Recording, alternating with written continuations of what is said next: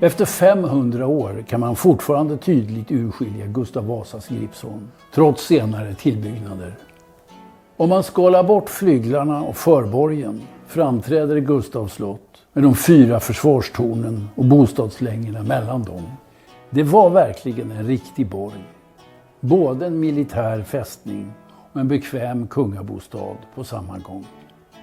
Byggandet av det som var tänkt att bli Vasaättens stamborg på Gustav Vasas privata gods Gripsholm startade 1537, året efter att Margareta Lejonhuvud blivit drottning. Margareta blev en drivande kraft i förvaltningen av de kungliga godsen. Fästningen Gripsholm hade 2 funktioner. Dels strategiskt, för kungens kontroll över riket. Dels för kungafamiljens skydd och säkerhet i orostider. Under Dackefejden, det stora bondeupproret som så när kostade Gustav hans krona, skulle kungens barn söka skydd i slottet om upproret hade spritt sig hit till trakten. Gripsholm har kallats Sveriges sista medeltida borg.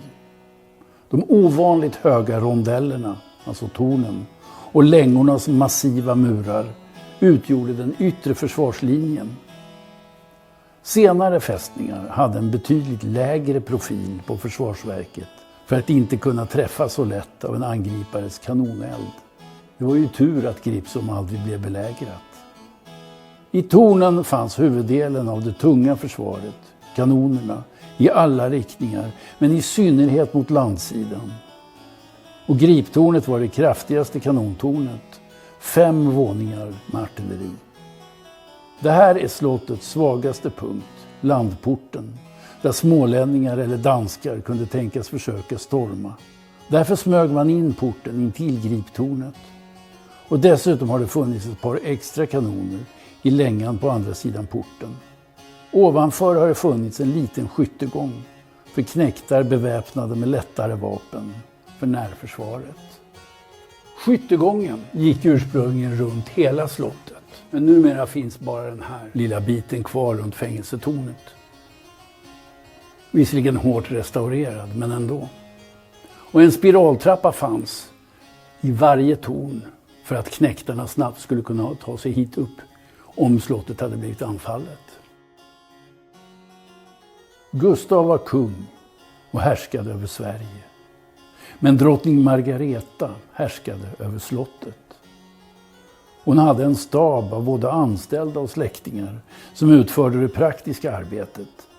Hennes ansvar var barnens väl och ve, mathållningen och annan försörjning, inredning, särskilt det textila. Hon anställde tjänstefolk, var diplomat och skötte ofta kontakten mellan kung och undersåtar. I sin gemåls frånvaro var han inte främmande för att träda in på mer manliga domäner, som att beställa tegel till slottsbygget på Gripsholm. Hennes viktigaste uppgift som drottning var att föda tronarvingar. I äktenskapet mellan Gustav och Margareta föddes 10 barn. Och genom osedvanliga omsorger och en portion tur överlevde 8 till vuxen ålder. 5 prinsessor och 3 prinsar. Av Margaretas söner blev 2, liksom styvsonen Erik, kungar. 2 söner blev också kungar. Och hennes sonsons dotter, Kristina, blev den sista regenten av Vasaätten. När barnen var små vistades kungafamiljen mycket på Gripsholm. Just här kan den ha legat, barnkammaren, som bestod av flera rum. I rummet ovanpå låg drottningens våning. Vintertid fanns en vadmalspaulun, ett tält av vadmal, som man ställde in de små barnens sängar i på nätterna för att de bättre skulle hålla värmen. I sängkammarlängan, i just den här delen av slottet, var det lätt att hålla värmen just för den låga takhöjden. Det fanns 4 halvvåningar på Gustav och Margaretas tid. Här hade kungaparet sina bostäder på 3:e halvvåningen, den finaste. Och barnkammaren och rum för kungaparets uppvaktning. Och kanske också på 4:e halvvåningen, kungens silverkammare. Av inredning från Gustav Vasas tid finns inte mycket kvar. Men här, i kungens sängkammare, ett tapetfragment från Margaretas företrädare, drottning Katarina av Sachsen-Lauenburg. Åtminstone är det hennes släktvapen uppe i högra hörnet av tapeten. Men framställningar av djur som verkligen kommer från en annan tid. Till exempel ett lejon med människoansikte. Drabantsalstaket är det värdefullaste vi har från Gustav Vasas tid. Ett tak med påspikade lister för att se ut som ett kassettak. Med målade porträtt och fyllningar med bladverk och groteska figurer mellan porträtten. Samma fason, fast i större skala, finns i taket i nuvarande Västfaliska galleriet. Det här taket kan ha suttit på samma plats, fast varit mycket större när här var en stor sal på Vasatiden.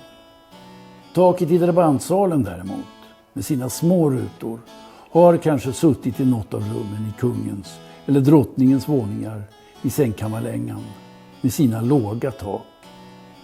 Takets målning är gjord i det allra senaste modet vad gäller tyskt dekormåleri. Hälften av porträtten är mekaniskt kopierade ur en mönsterbok som trycktes några få år innan taket målades. För övriga porträtt är förlagan okänd. Dekoren i sexkanten är också målad efter tysk förlaga. Längst ner kan vi se årtalet 1543. Det var året innan Gustav Vasas ursprungliga slottsbygge avslutades.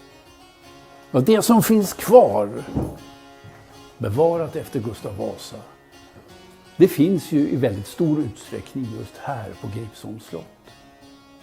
Och just i år, 2023, 500-årsjubileet av kungavalet, är det ju väldigt lämpligt tillfälle att komma hit för att uppleva det.